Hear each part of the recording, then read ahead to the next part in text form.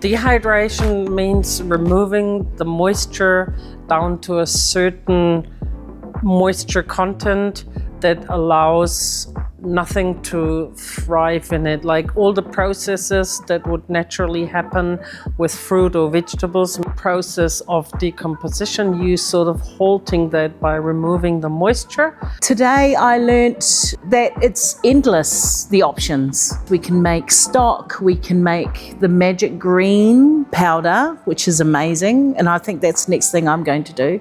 And I think the options are endless. You can make gifts, you can make teas. So when I heard about the dehydration, I thought, hey, this is another skill I want to learn, because it kind of all falls in together. So that's why I came. It's actually cost effective.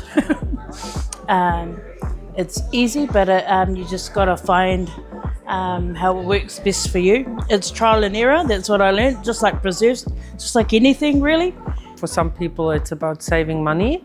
For some people, it's about making use of excess, whether it's their own excess or someone else's excess or seasonal abundance. Preserving is one of the cheapest ways of preserving good food and keeping the nutrients in the food.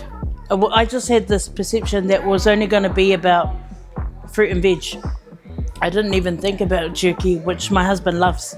So that got me a bit excited. So yeah, actually overall, I really loved the whole thing. It was about introducing dehydrating to people and getting them excited about it. And I think we definitely did do that today. What's important is that people understand that they can make food last longer and they can buy when there's a bargain and they can dehydrate it. And the food is clean.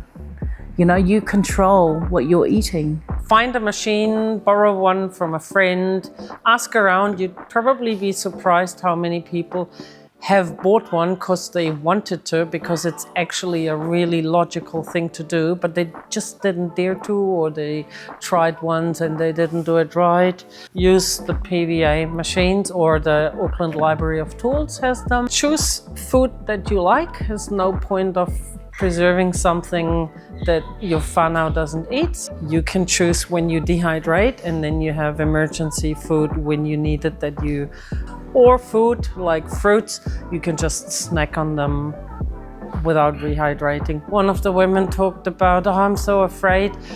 2 apples, 2 pears doesn't break the bank.